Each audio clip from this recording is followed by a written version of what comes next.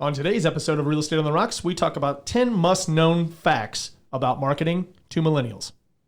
Welcome to Real Estate on the Rocks, where you get top shelf real estate conversations served straight up, never watered down. Here's your host, Dave Snowberger. All right, welcome back to Real Estate on the Rocks. Today we're going to kick into high gear and talk about something at least one or two of us know something about, millennials here. I think we have a Gen Xer, Dave Snowberger. We've got a Zennial, Marshall Tucker. Yeah. And we've got a card-carrying member of the tight jean club of millennials.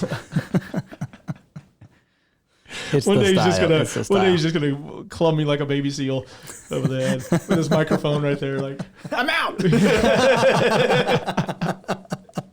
All right, so millennials, it's something I never really identify with. When I hear all this buzz talk about millennials, I usually just chalk it up to, people need something to talk about. People need to blog about something. I get that we have to break things down into demographics of who the buyer is these days and recognize the trends. Millennials seem to be a hot topic because there's so many of them. There looks to be about 79 million millennials in the U.S. Versus only about 48 million Gen Xers like myself.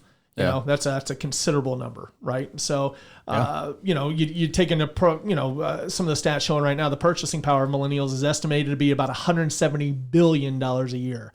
That's pretty fantastic. Significant amount of money, yeah. So, I mean, where are they spending their money? What are their trends that they're looking at these days?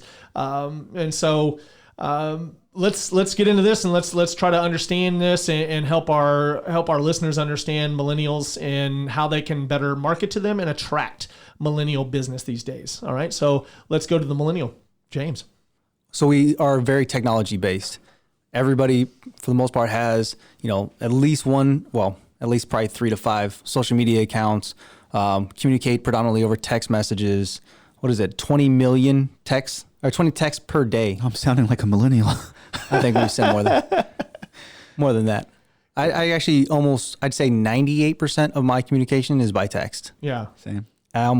It's rare to pick up to make a phone call outside of the real estate phone calls that I make or business networking kind of stuff. Then I'll pick up the phone for it.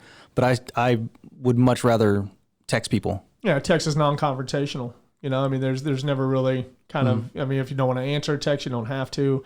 Yeah. It leaves the other party wondering if you received it or not. Yeah. Unless we're on iPhones and it shows my message has been delivered to your phone and you still ignore me. That's when I want to put my foot in your mirror, So that's why I have an Android. That's when I say those damn millennials. That's why I have an Android. You avoid me sending text by sticking with an Android. Nice. No, but you can consume, and we've talked about this before. It's not that I don't want to engage. I want to have the ability to consume and engage when I deem it necessary. Like I'll get messages from family and friends. I can't always respond to them right now or right when they want it. My mom does a little trick though. She'll text you a couple of times and know that you're responding, and then she'll call you real quick. It's like, dang it. She got me again. I had it with a client this morning, actually. I said, I need to talk to him. And he wrote me back. I was like, hey, I need to talk to you. And he wrote back, what's up? Through text, I was like, no, talking to you is actually physically talking to you. I'm not going to present you a whole offer through text, And I'm not going to email it to you because a lot of these things are going to make your hair on your back of your neck stand up. And you're like, what does this mean? What does this mean? Yeah. It would be better if we have a conversation real quick. And it'll take less than 5 minutes, Mr. Millennial. And he's a cool guy. He knows he's a millennial. But, it's just kind of that's why he prefers to do business is everything to text. And a lot of times I can knock out what I need to say. 15 minutes of texting can be done within 1 minute of a conversation, which it was. Yeah, right. Hey, here's the offer. If it's a serious conversation, I always have to pick up the phone and call. I need some tonality in there. I don't want something to be taken the wrong way or, out of context. Yeah. And that's the thing that the scary thing about the texting is that there is no tonality, and it always can, not always, but a majority of the time, if it's something that's has to do with any kind of, decision making or commenting on something, it can be taken the wrong way. And I've had people where I sent things and I'll go back and read it and I was like, oh, And I talk in bullet points. So I'm very just kind of like, a lot of times you can't tell my tonality. It just kind of feels like I'm just kind of telling you what to do. That's why you put a smiley face in there. Yeah, that's what I've tried to do. I've started to use a lot of emojis to cover up me being a complete jackass. That used to crack me up how much people would would talk shit about everybody using emojis and all, like, oh, I would never do that. Yeah, men don't do that. Yeah, like, okay. And that's why, like you really laughed out loud. Yeah. I did. Like being like, it's not a literal thing, like every single aspect of it. But now you see people of all ages and demographics using emojis for anything, gifts and like all kinds of stuff to express what they're saying. Like a good friend of mine married, and someone asked him like, aren't you afraid that, the two of them are talking too much together? And they're like, oh, you clearly don't understand the conversations they have. And if you scroll through, I mean, you start sliding through, it's just gift after gift to get like tons of like videos or like jokes poking back and forth. And that's like the entire conversation. I communicate with my clients like that. Yeah. Like I do the GIF stuff, and I love picking out the perfect little GIF and sending it over if we got a deal accepted or like another buyer just text over that they have their blueprint walkthrough. They're going to go discuss the blueprints of the house that they're building down in Corpus Christi that we sold from here, and they're really happy about it. And she sends over, just kind of starts with all these gifts about how happy she is, and so I start doing the same thing, and it just keeps on going. And she shared with me before that she always like hands the phone to her husband, cracking up and like, look at this one Dave sent. Because some of mine are more like the edgy. Not edgy like in a weird way, but just edgy, kind of like borderline, like what the hell are you talking about? Yeah. And so I just like to have a lot of fun with it. So, and then I use the poop emoji a lot too. So that's always a good one.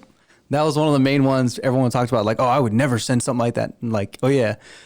And then you start scrolling through their phone. And like now, they're sending a little poop emoji and all kinds of other ones. Yeah, you pass your phone to her. Mine's set up on my computers where everything pops up on all my computers. So if you send me a text message, it's going to pop up on my work computer and my home computer. So I know my wife is sitting there sometimes, and the things that pop up on the screen and make her scratch her head. And she's like, what is going on over there? I'm working. Don't worry.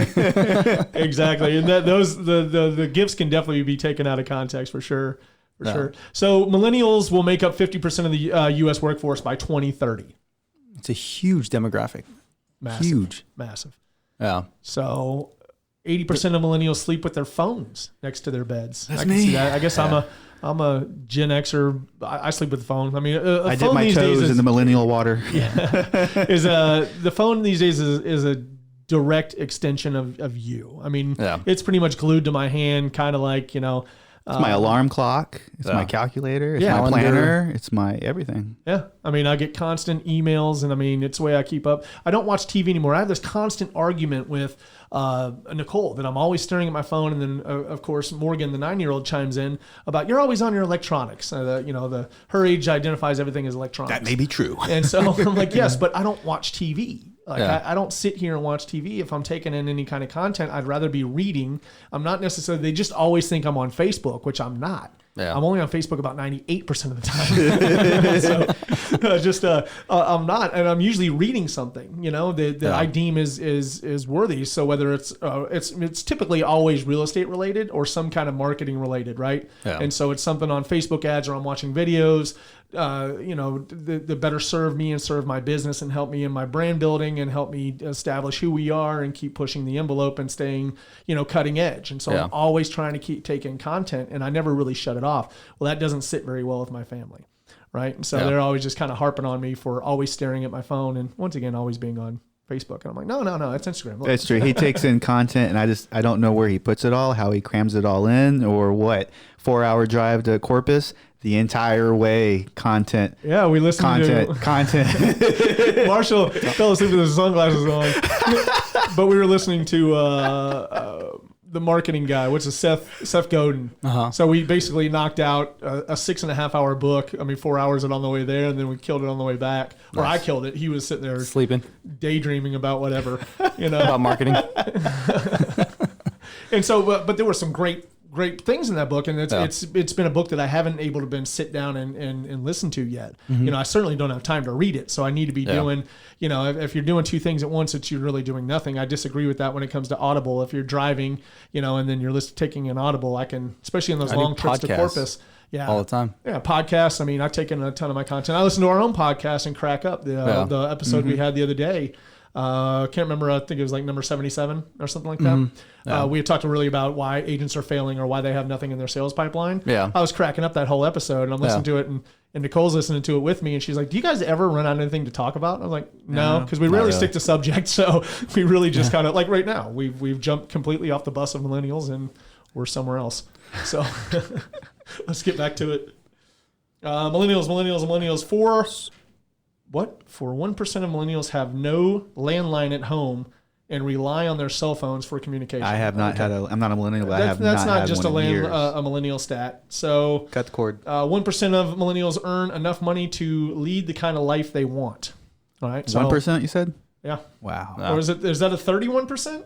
Or is that just a big space? Was that number 3 with 31. 1%? Okay. 31%. Well, that was the same one up top. It's like 4, and I just said 4 of 1%. I'm like, look how that's spaced right there. Yeah. Who wrote that? Not me. Yeah, majority are not making the same income as their parents did in relation to how much the dollar's actually worth. So they might be making $30,000, $40,000 a year, but you can't buy the same amount of stuff, which is one of the arguments that drives me crazy. You'll get people who are You need 2 incomes. Yeah. for a lot of people. Yeah, and they're like, "Oh, I paid for college myself, and I worked another job. You should just do that." Like, well, yeah, but it costs you like a quarter of what it costs now to go through the education. And you can't bankrupt that debt, so it stays with you your entire life. And they harass you when you pass away, Well, too. it's saying 31%, 31% of millennials earn enough money to lead the kind of life they want. So I'm seeing more and more millennials, younger people these days, making over 6 figures. When we do, I had a referral come in from a friend of mine that's straight out of college, going into the medical field, and her salary was $180,000, $181 to be exact. $181,000 was her starting salary. The girl's under 30 years old. That's good. That's a great salary. That's a quarter of what I make. Just kidding. It's a quarter of what I want to make. Look at my notes. I was like, what? What? No, but I mean, that's great. I don't think that's the majority of the people based on what people are dealing with and what people are trying to purchase, that it takes 2 incomes. And I've seen some people and they're like, oh yeah, I make like $40,000, $50,000 a year. Or combined income. I saw a couple combined incomes, $70,000, $80,000 a year. It's like, oh, that hurts. And they graduated college. Yeah. And not the whole basket weaving or the other stupid thing that people say. Like, underwater basket weaving. Oh my God, I hate when people say that. Like, you should have got a better degree. Like, they're not. They're getting good degrees. In my head these days, degrees don't matter much. I mean, I was a political science guy. And I had a big. As much as I don't talk about politics, I mean, I have a pretty big opinion on politics and where I wanted to be and what I wanted to do in life was really just be a consultant, a political consultant, and that was years ago. And then I lost interest in it when you just saw the temperature of the current political market. So I backed away from that. And I just thought I was better at sales. I've always done sales, and I've liked sales, and I've thrived in sales. And sales to me is nothing but building relationships with people and getting people to know, like, and trust you. So real estate was a natural place for me to, once I sold my businesses off, was a natural place for me to, plant my feet.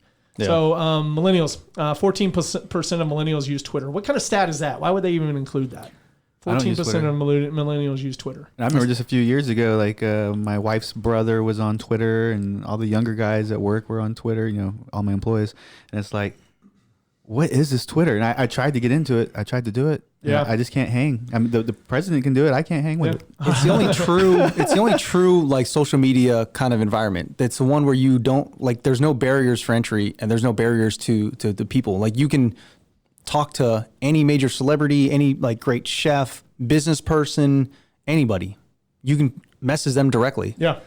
Just be careful with, somebody got fired for thinking that they were, a teacher tried to private message somebody. It backfired. Said something they shouldn't have. But you can engage people, and majority of people actually write back. So it just makes it a lot easier. There's no like privacy. Well, I guess there is for some, but I mean, for the most part, you just can interact freely. And so that's one of the great things about Twitter. I've got Twitter accounts. I don't use them much. I've got a Twitter account for Snowburger Realty Group. I've got one for me personally, Dave Snow, Wilco Eats, and then we have one for the podcast. And I just don't touch Twitter that much. I'm just not that into it. However, I've had some success tweeting people that celebrity status and having conversations with him. Like, if anybody here remembers Lou Diamond Phillips, I talked to Lou Diamond Phillips at length one night, just about different things. And he was on a show that I really liked that got canceled. And I just made a joke. That's just kind of like, how come every show you moonlight on gets canceled? And he goes, well, typically it's what they do is they try to bring me in because I've got a decent name to really save the show. But by the time they bring me in, it's already too far gone. Yeah. The show's gone and it doesn't get re-upped. And so we just had this conversation. It was cool. And I left off with just kind of like, I sell real estate. Yeah. Did you see the size of that chicken from what's the and he thought that was hilarious, And so we, like I said, we but talked where about else are you going to be able to talk to somebody like that? And see, that's one of the things that people really like about Twitter is the availability of people or access to people that you enjoy following or communicating or aspire to communicate with or emulate. They're right there at your fingertips. Yeah. Plenty of news anchors, things like that post something. I'll sometimes chime in on that. And that's really the one place where you can be a little bit more like, I don't think any of my followers on Twitter, and I don't think I have that many in the first place, but I don't think any of my followers I actually know. And so my opinion doesn't much matter there in that space. And I'm not typically posting things. I'm more reacting. I'm more reactional on Twitter. Right. And so I look at people's posts and then I'll comment something on there to really get it going or make a smart ass comment or something like that. And I rarely ever post anything except for like the episodes of Real Estate on the Rocks. I know that we post those and we'll tweet and hashtag the hell out of those and try to get more viewers from that stuff. Another one is LinkedIn. I like LinkedIn. I don't do much with LinkedIn. I've tried to engulf myself in it. I came in every day for 2 weeks and tried to play around in there for 10 minutes and I posted some videos and I got a lot of people reaching out to me on it. Yeah, that's for sure. Every day there's 2-3 people saying, but everybody's social media it's a lender. Yeah, it's a lender. It's a social media expert. It's a video expert. We've got a guy right now hitting us up. Don't know who that is. That's offering us services for video. And I'm like, dude, look at our pages. I think we're good. Actually just responded back saying it's not for services. He actually just wanted to make the connection and what share. I read, he wanted to be on the podcast, which is completely fine. If he's so let's go look at what he does, and if he is, and if he's got a viable, if he's good, and he's good at what he does. Why not good have content him on? for the people? Yeah, cool. We're always looking for people to be on the podcast, and that's where I think it's a big difference. Is a lot of the millennial generation is focused more on with the access is through social media, doing direct messages to people, and hacking your way to connections. That way and providing value as opposed to, hey, buy my trinket, buy this, buy that, I'll sell you this. And while a lot of that's happening, a lot of people are kind of tweaking that to what can I do to provide you value? Or I can do this for you. I can do that for you. Like D-Rock for Gary Vee messaged him several times saying, I will do this for free. I'm a good videographer. I will do these things to help you, in your business or craft your vision. I forget exactly how he worded it, but that was very beneficial. That's the only reason he was able to get into Gary Vee's circle was because of that. And so you can use those things to grow and connect. So 56% of millennials think technology helps people use their time more efficiently. 100%. I think that's true. I mean, that's true in every aspect of our lives these days is technology's created leverage for everybody in the space. And people that fight off technology, like one of the things I hate from realtors, I can't stand from realtors is like, I'm not very tech savvy or I'm not technical at all. It's just kind of like, well, this came from Gary Vee was like, okay, well, you didn't know how to drive a car and you figured that out. Yeah. Let's figure this out, how to, using email. And like I said, we're getting our butts kicked every day by non-technical realtors. There's a lot of people out there still in the space that sell real estate at a high level that don't buy into all the tech stuff out there. And as tech as they get is a spreadsheet, in a online, basically that's their Rolodex, right? And they just make phone calls. They've got a phone. I know realtors, we've seen them. They still using flip phones. They use great grammar there. Is that a burner, old man? Is that a burner? That's funny. Exactly. Unscrupulous realtors with burners. All right, so 27% of millennials. This stat actually took me back a little bit. So 27% of millennials are self-employed. Yeah. There's a lot that are employed. Does that count like Instagram models? Probably. Yeah. But it's interesting because of the dynamics with financing and student loan debt and all the stuff that's going on. That's significantly different than generations past. Is people are doing like side hustles. They're doing other things that kind of bring in an income. So in hopes, some of them it's in hopes that eventually they'll be able to do it themselves, full time and have a business they actually are passionate and care about outside of, what they do day to day. And some people are really passionate about what they do day to day, but just enjoy like creating things and want to have that, build an income or at least have that, outlet that they're doing. Yeah, I think the rush of entrepreneurs into the business space, a majority of them are identified really right now as millennials. And actually in colleges and universities around the U.S., they're actually teaching entrepreneurial classes now to where you can go get a 4 or 5 year degree just based on being an entrepreneur. And so, I mean, the word entrepreneur has been around for a long time, but millennials seem to think that they own it. In my opinion, I think they own it and that they really kind of made it flourish. And I mean, Shark Tank came along, and a lot of the guys on there were, a lot of the people on there were, in a sense, I guess millennials are catering to millennials that had a little bit of success. The Uber guy, the what's that? BAI, the drink. What's his name? Anyway, so he's a younger fella that's worth billions now, because of that he's made the right investments, So I think that millennial space, that entrepreneurial space is really crammed right now. And so that 27% doesn't mean that there's 27% of millennials are successful self-employed, and I would say like the self-employed in there. What's that 27% consist of? Is that, real estate licenses? Is that people running online marketing firms? And there's a lot of that going on. I mean, there's a ton of the saturated stuff. I mean, hell, we have one. We have an online marketing firm called Squirrel Farm Media, right? And so, it just seems to be kind of the thing to do is that we have a little media marketing company that fuels our business, Soberger Realty Group, that gets us more clients, right? Yeah. And so it seems only fair to that everybody can really do that. You can really have a business. I mean, there's people that are doing arbitrage like flipping books. I mean, they're going and you've seen that. Marshall and I have been to Goodwill before, and I've got a little app on my phone that I can sit there and I can look at books and see how much they cost. And sometimes they come back at $30 or $40. I just chunk them right back in the bin because that's not my game. I just think it's fascinating that I can walk into a Goodwill and spend $3-4. I spend $20 and pull out 100, right? And so if I did that consistently for, 30 days a month, let's just go with 20 days a month. We'll take the weekends off. But did 20 days a month, you got $100 a day. That's $2,000 extra dollars. That's $24,000 extra a year, right? That more than likely you're not paying taxes on. Yeah. That would consider yourself a side hustle, nice little raise. Self-employed. Yeah. So, it's like, why don't more people do that? I mean, I still do it. I'll walk into somewhere, and the other day we were somewhere, and I showed you like that mirror, and I was like, that thing is it was a train, right? Yeah. And so it was a train, and I'm like, oh, those things like that, there's specific collectors for those things, and we Googled it real quick, looked it on eBay, and then we saw they were going for $50-$60, and it was $3.99. $3.99. I mean, you can flip it like that. I think I've told the story before where I bought a Green Bay Packers bowling ball, and I sold it immediately. I put it on Craigslist and sold it within like an hour or so, and I bought it for, I think $10, something like that, $6. Can't remember. But I mean, somebody reached out and was like, I want that ball, $100. And I was like, cool, come get it. And I made $100 off a little bowling ball real quick. Not too bad, not too shabby. So, where are we at on this? It's I think it's just a changing dynamic, which makes things interesting. And people have also shifted to house hacking, where they'll buy a house that they can afford, maybe not completely by themselves, or don't want to afford completely by themselves, and then they'll just house hack it. They'll have people rent out the rooms and basically live for free on that.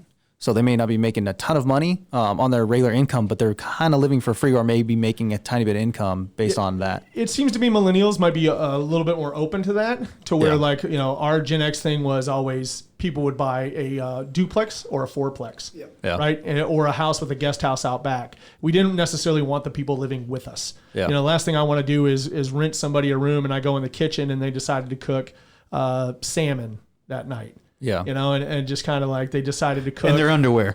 Yeah. I mean, they decided to cook something else that kind of like, messed the house up, the smell wise for the next day or two. I mean, there's certain You still things. need privacy, I think, our generation. And in my generation, I just didn't really, I never really thought about buying a house to let people live in the rooms with me so I didn't have to pay rent. I always thought about buying the duplex. Right. So, anyway. I have rented one of the upstairs rooms out of my house a couple occasions, and we've always ended up regretting it. Yeah. And so And actually, I think we had that conversation. You said you were going to let somebody live with you, and I was like, that is a bad move, bro. Bad idea. It's a bad idea. It's always great for like the first 2 weeks, and then you start knowing them. They start because getting they more want to help comfortable, out, and the next thing you know, else, you're like, God, I can't stand that person. You're locking yourself in your bedroom. And then it's like, how do I get them out of here? Because now they've been here legally for First over time they 7 mess days. up, you're like, oh, you're out. Yeah, they've been here for 7 days, so technically you have to evict them, and so make the stipulation, don't get mail here.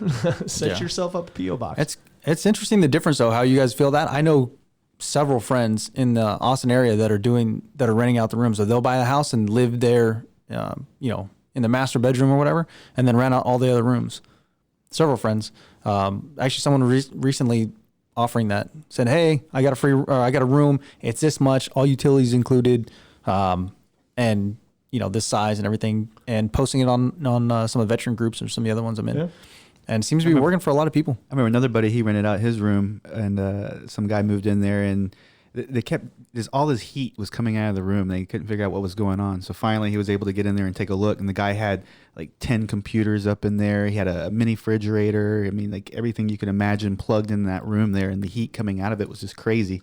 And he told the guy, he's like, dude, you're gonna have to like pitch in on this electrical bill, and like the AC is always having to be run really high. He's like, we're gonna have to do something about this. I actually just jogged my memory. I was thinking about a guy.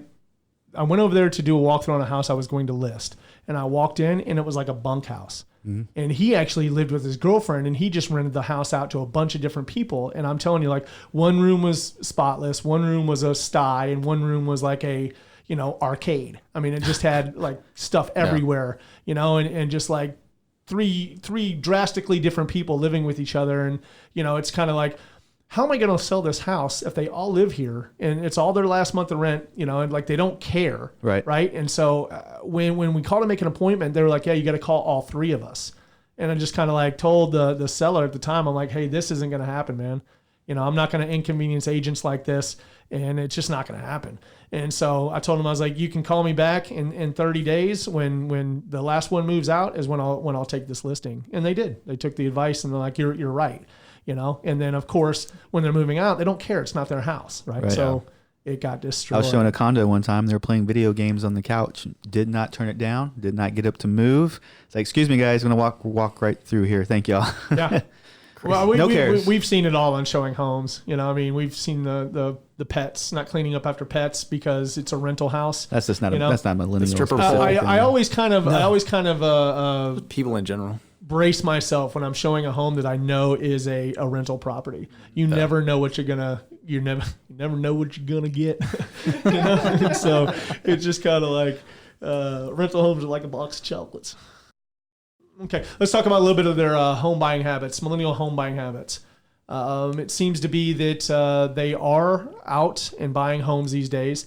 But you had brought up an interesting stat that they would rather pay more to live by people they know. Is that what you were saying? Yeah, I read that they were willing to pay an extra couple $100 to be able to choose their neighbors. So I guess living at the same complex with their friends, and they have the amenities of the pool. Is that rent wise or when they buy? Rent wise. Okay, so they'd rather rent a property and pay a little bit more, money to be a little bit more comfortable situation than owning a home that's not around their beer, and I get it. Pong when buddies. I went to college, we were at the dorms, and then after the dorms, we all got duplexes on the same street, and everybody just kind of wanted to be together. But I think people are still gun shy from the crash, that they don't want to have the same like relapse, be thinking they're doing great, putting all this money into a home, and then have the market just tank and they lose everything, the house, like, because everyone was pretty. I mean, it's still a pretty fresh thing for a lot of people. They saw how much their parents struggled with it. And while not everybody's obviously going to that, there's quite a few that are, going in, they see the market's still pretty strong. They're still getting competitive prices. That's not holding everybody back, but I think that's still in people's minds as they're looking around on what they're going to buy and how much they're spending on Definitely. stuff. I'm seeing more of man, it was right there on the tip of my tongue. Like conscientious for finances. Yeah, they're a little bit more gun shy to pull the trigger on something. Mm-hmm. They might think that they don't have, that we're hearing a lot on the news right now that there's a recession right around the corner, right? And so we're hearing all these things, and I don't think it's going to be a recession. You've shared this with me plenty of times, and you patted yourself on the back earlier. that you're always right about. It's not necessarily a recession. It's a market correction. Yeah. 2008 won't happen again. The housing market's set up to where that can't really happen again. Who knows if it can? I would say that it can't. They put It seems more likely to be a market correction than which it just dropping out. I believe that we're in desperate need of. I think things are getting out of hand a little bit, and we're seeing. I just looked at a Facebook page of a group of realtors I'm in, and I had a similar home that I actually owned that I sold in an older part of Georgetown, and this same realtor told me I was crazy for listing it at the price that I did, and I got it, right? And so I just saw that it's about the exact same home. I know right where it is. There was a lot of things that were built over there that are just cookie cutter stuff that was built back in 1945, 1948 or whatever. And this is the same house, the same setup, same 2-1 little cottage style home. And she wants $100,000 more than I had my home for. And I just want to, I just text her and say, like, are you kidding me? And just a smaller lot. At least I was on a half acre. And that was the biggest selling point, was that I was on a half acre and you can extend the home. Right. So you had a really big lot, so you can actually build up and put in that master suite on it or whatever you wanted to do, add a second garage on it, whatever. That's when they just came out with the rule that you could build a guest house in back as long as it matched the facade of the front house of the main house and didn't go higher than the main house. Right. So you could certainly do that. So, but now I guess prices have improved so much within a year or two that you can ask $100,000 more. And I would say that a millennial bought mine. And I would say that more than likely that's who would buy that one. I forgot why we got on that subject. Man, I'm all over the road today. The growing cost of home, the growing cost of homes, and why people are still a little gun shy with it. Because while it's great that homes are appreciating and everybody wants to have their home value. Actually, I was talking about this yesterday. Was it yesterday? Yeah, that while people want to go and buy a house at a great price, once they get the house, they want the price to skyrocket and be worth significantly more money than what it was when they bought it, which is great. Except for there's a reason it goes. I've got some millennials checking with me right now. They just bought a house for me a couple years ago, and now they're like, "Well, we're looking around and we're seeing that these home prices are going up. What's ours worth?" They're thinking about leapfrogging to another. I'm good with that. Yeah, as long as they take your advice, because I know who you're talking about, and I price the house. And you're like, "Well, they kind of want a little bit more," and I'm like, "Well, tell them to poop in one hand and wish in the other, and see what one comes true first." Is that an analogy? That is an analogy. Actually, that was a. I think that's the second one that you've gotten right in 78 episodes. Boom. Boom. Boom. Improving. Great. Yep. All right. So, a student debt loan. I think that's one thing that is big hitter. Is millennial buyers are gun shy right now about pulling the trigger on that stuff because they're so in debt.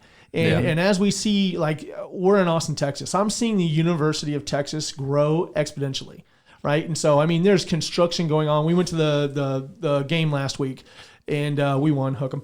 And I'm seeing just building after building, and they're taking down other buildings in there, University Towers is going to come down. They're going to, basically demolish it and build some other monstrosity there. Right. And so everybody on the university level is getting rich while the actual student or graduate is getting poorer, and it seems to be this student debt is so readily available. I have a niece that goes to the University of North Texas, and she, I guess, needed to do some schooling over the summer. Well, she went ahead and took out some sort of emergency loan or something like that. After she was said and done in living expenses, it was like $21,000. Wow! Right, and I was blown away by that because typically, that's a not a local university, but it's definitely a university based in Texas. And I just thought a summer session with lodging was $21,000.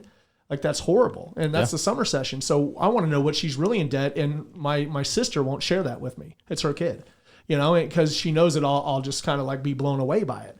And just, I'm seeing it more and more with my friends and with, clients that we're helping, some of the student debt they're in. And most of the people that don't qualify right now is because of student loan stuff right now. And so they have to get right. They maybe missed a payment or two, which whacked their credit a little bit. And it's going to keep getting worse and worse and worse, while, like I had brought up, the University of Texas and other university systems, we can go through I'm in San Marcos all the time.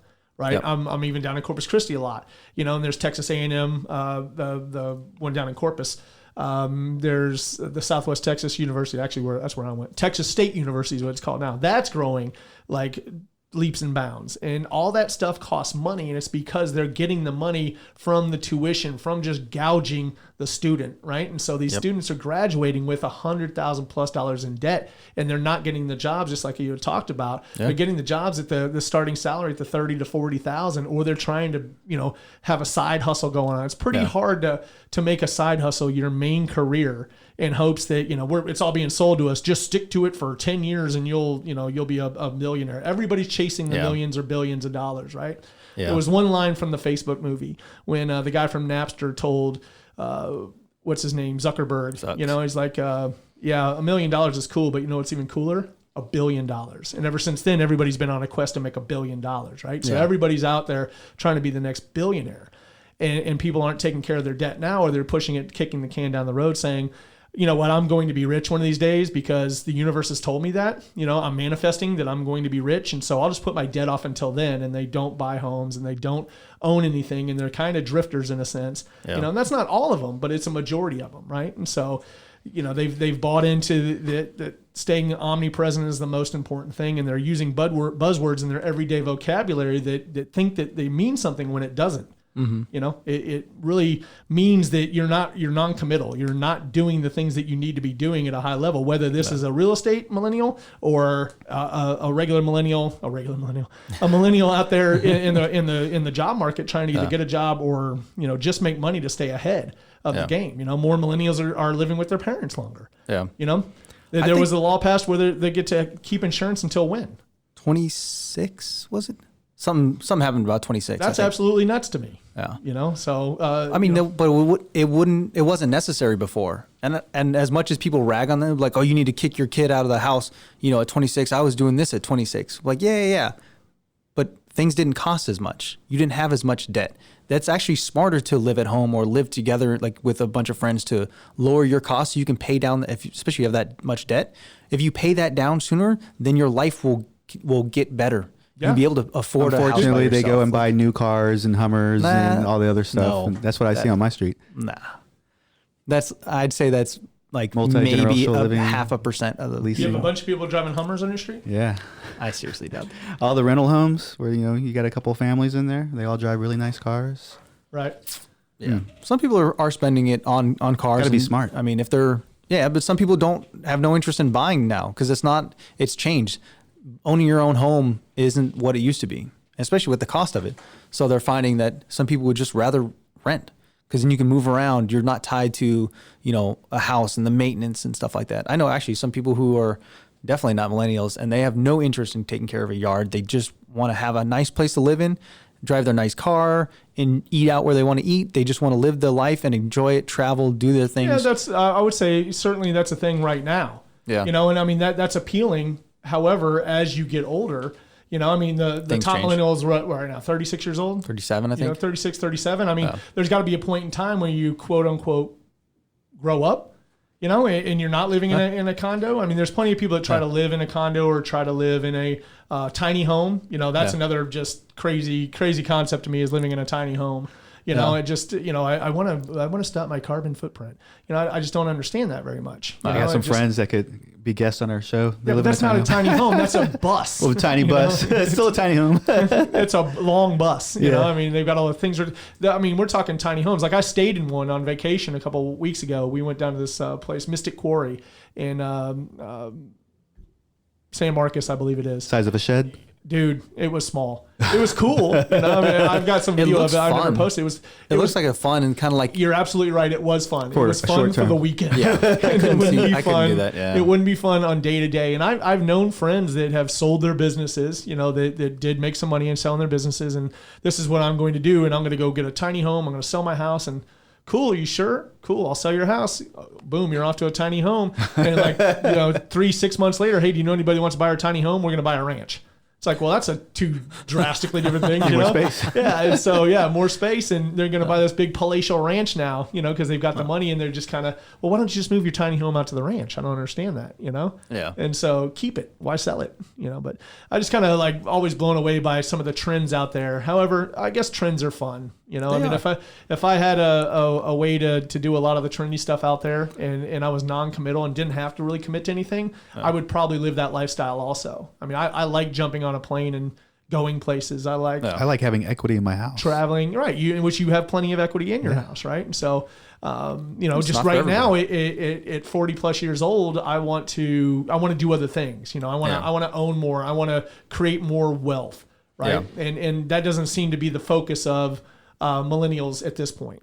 It depends. There's actually quite a large group that want to create wealth. They're just going about it differently than what everybody, a lot of, past generations thought that was the way to do it. Like they're creating little, small businesses. They're doing t-shirts. They're doing, merchandise. They're creating apps. They're doing these things to build that stuff. They're just going about it a different way. And so they're right. But I mean, let's take how much wealth can you create off doing t-shirts? I mean, there's a lot of things out there that are easy avenues to do a self-generated business and be necessarily an entrepreneur and move the ball down the road, but it's not creating wealth. There's nobody that's extremely wealthy with a t-shirt startup, And I mean, I know that there's plenty of people. Well, I mean, it's not. I would love to challenge the numbers there, and let's go out and dig, and maybe something that's been around for 10, 15, 20 years. But that's what I'm saying. Show me a startup. A startup is a startup. A year, 2, 3 years old. What are they doing? How many T-shirts do they have to sell to create generational wealth? Right? Yeah. How good is their marketing against all the other? I mean, the marketplace is a busy place. Yeah. Right. That's what I was going to say. A lot of them fall off. It's it's good business. It's a good way to get in. And some people stick with it and do have a lot of success. Some switch over to It's the same thing with real estate, is that people don't drill down and do the things that they have to do to make it in this business. And I think it's any aspect, anything business wise that takes time to build. People want instant results. That's the culture we live in right now, is instant results on everything. Right. And so, I mean, you can search information. I mean, we live in the information age, I mean, you can go into Google and you can pretty much find out how to do anything. Well, they don't realize that, great, that's only one part of this. You have to stick to it and be consistent over the next however many years. Yeah. Is there exceptions? Of course. Like the guy that created Wish.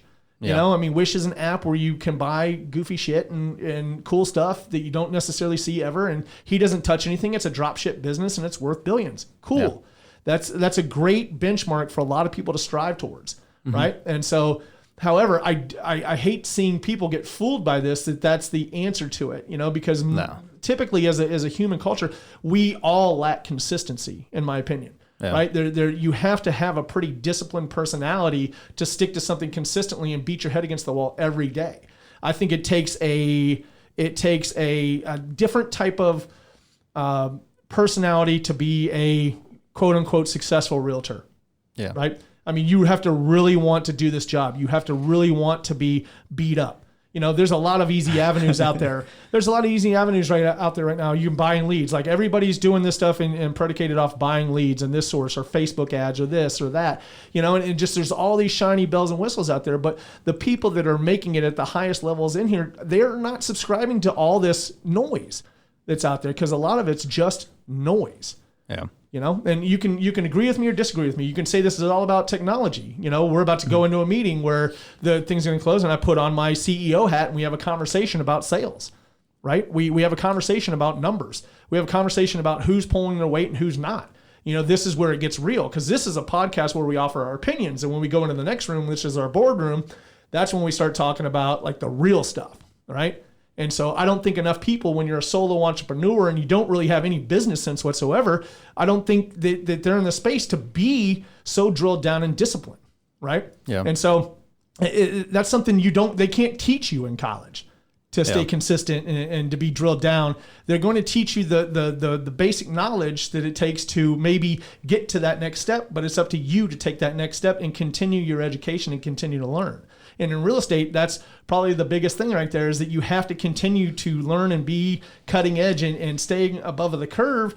However, you can't do any of that stuff without the consistency of making contacts, following up with clients, doing all these things. We jumped way off base here, and I apologize for that. However, I think this is turned into from we talked to about millennial home buyers over to really just millennial agents, which it seems like I don't care what age you are, everybody fits into the millennial category because all agents are kind of taken back by or distracted by the next shiny object, and everybody thinks this job is easy, right? And so I keep calling it a job. It's a business. Count my gray hairs. It's not easy. And so, anyway, I'll hang it up right there. We've been at this for about 45 minutes or so. If you have anything else to offer, James? No, we hit everything. Okay. Marshall?